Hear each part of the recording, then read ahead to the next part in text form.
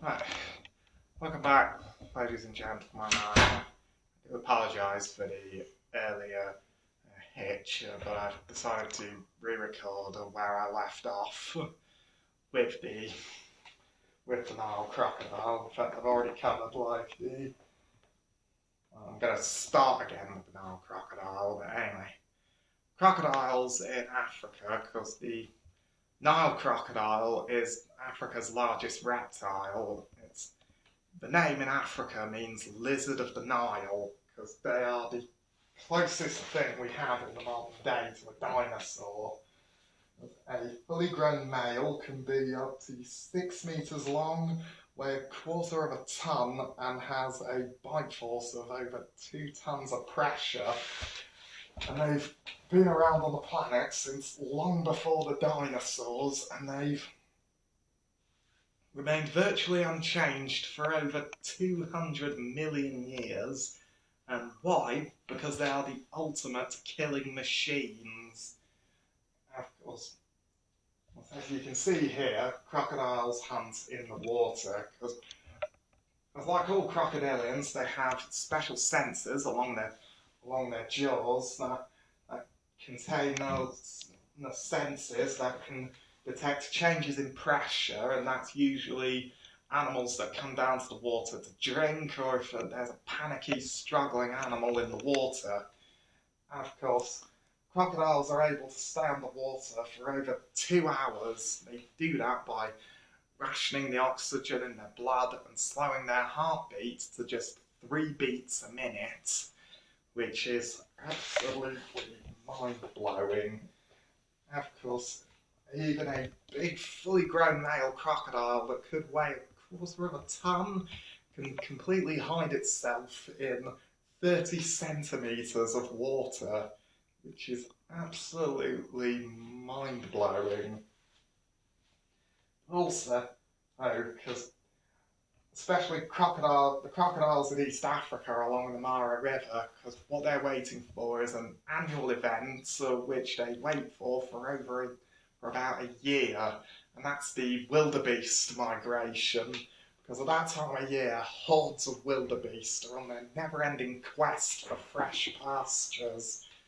And of course, what the crocodiles do is, if the wildebeest are crossing the river, as you can see here, they will leap out and just chomp down on them and drown them in the water, or they will wait till the wildebeest start drinking at the water and at the water side, and then they leap out because they shut their eyes to protect them, and if they grab a hold of prey, they will drag it back into the river, and then they will drown it.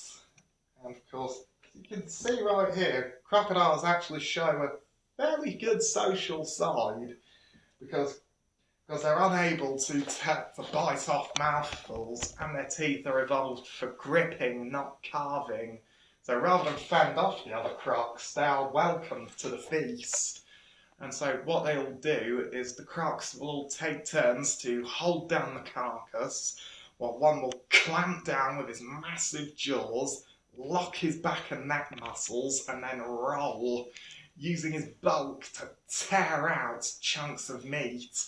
And that's called the death roll. And of course, crocodiles can actually consume half a tonne of meat in one go. And it's not just the meat, but they also eat bone, horn, hoof, and hide. Nothing goes to waste. And of course, crocodiles often lose teeth while feeding, but another will just roll back in place. And of course, if you're wondering what happens to all the bone, horn, hide, and hoof, well, crocodiles have probably the strongest stomach acids of any animal, so for them it's no problem at all. You can actually see right here, because crocodiles always have a reputation as being mindless killing machines, but actually, as you can see here, they are very devoted mothers, because what they do is they will often dig a hole in a sandy bank, and they will lay their eggs and spend months protecting them. And quite often when the young have hatched, the mother will stay with them until they're about a couple of years old, quite often carrying her offspring when they're young around in her mouth, which I think is incredibly sweet.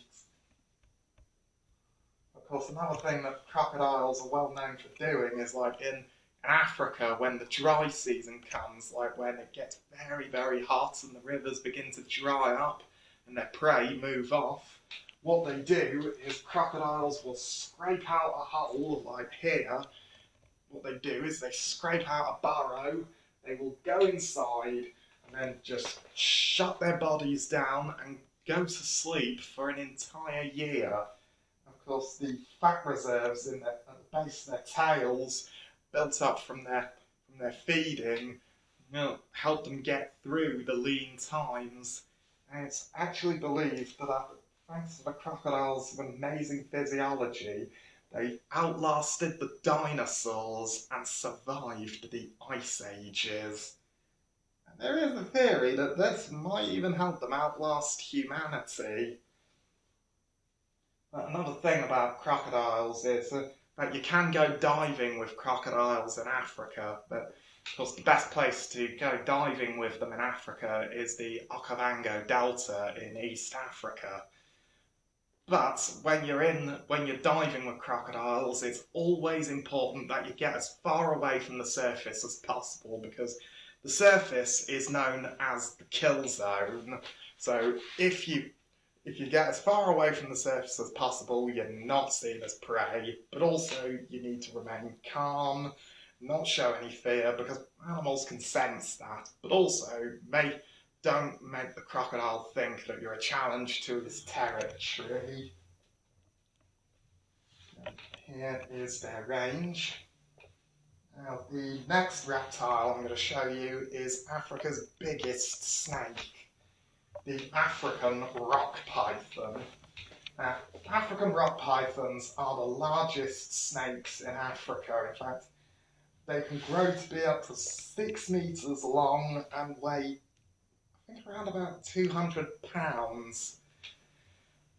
And of course, like all pythons, they have long, thin, needle-like teeth in their mouths that point backwards towards the throat.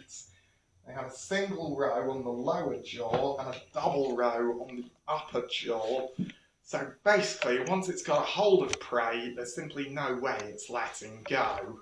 And even though it's not a venomous snake, a bite from one of those would still be agonisingly painful.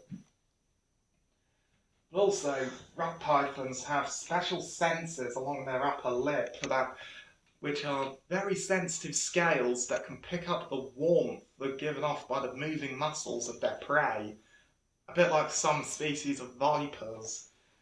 And of course, while they are very slow on the land, when pythons actually get into the water, they can move with absolute ease, and they can hold their breath for an hour or more, but also they have the eyes, ears and nostrils at the top of the head, so they can keep their head poked above the surface so they can breathe and their prey can't see them. Of course, the African rock python mostly feeds on lizards, frogs, birds, small mammals, but it will even take on prey as big as antelope. Of course, what it will do is quite often it will wait until a large animal comes down to the waterhole to drink, and then it will lunge forward, grab a hold of its prey, and then wrap coils and coils of the body around the animal and just squeeze and squeeze until it basically just chokes the life out of its prey. Then, like all snakes, it will swallow its prey whole in one mouthful, and it's a little bit grotesque in that it almost completely dislocates the entire jaw and just walks it across its prey. And just like crocodiles, they can digest flesh, hide, bone, horn and hoof. And after they've eaten something as big as an antelope, the snake won't have to eat again for probably more than a year. And I've actually been able to hold rat pythons and many constricting snakes. Fortunately, they've all been tamed, so they haven't tried to throttle me, but even so, I would not want to handle one of these snakes in the wild. But of course, like with all snakes, when you're handling them, you always need to get control of the head when handling them in the wild, because once you've got control of the head, you've got control of the snake. And here is their range. Now, the next and final reptiles I'm going to show you are one of my favourite of all. They are the chameleons. Now, I absolutely adore chameleons, and of course, this one here is probably my favourite chameleon. It's a Jackson's chameleon. It's got 3 horns, almost like a triceratops. This one here is a Parsons chameleon.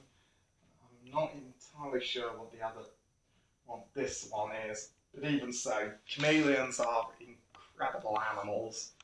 Probably the most famous thing about chameleons is that they can change the colour of their skin, but what many people don't know is that the chameleons will change their skin colour more quickly in response to their emotions, be that fear, anger, or if they're trying to protect their territory. As you can see here, these are 2 male Jackson's chameleons, and they're basically fighting over territory. They're almost like miniature dinosaurs or so. Once they get angry, they really show it. But they're of no danger to us as humans, but to an insect like a cricket, a cockroach, a beetle, a moth, a butterfly. These are the deadliest animals on Earth. Another thing I always like about chameleons is that their eyes are always swiveling in different directions. In fact, quite often, one eye will look right ahead, or while the other will either look to the side of it or even right behind it. Of course, chameleons have 650-degree vision, so they can swivel their eyes in different directions, unlike us humans. But once the one eye sees prey, like a cricket or another insect, both eyes will lock in on it, and then the chameleon unleashes its deadlier weapon.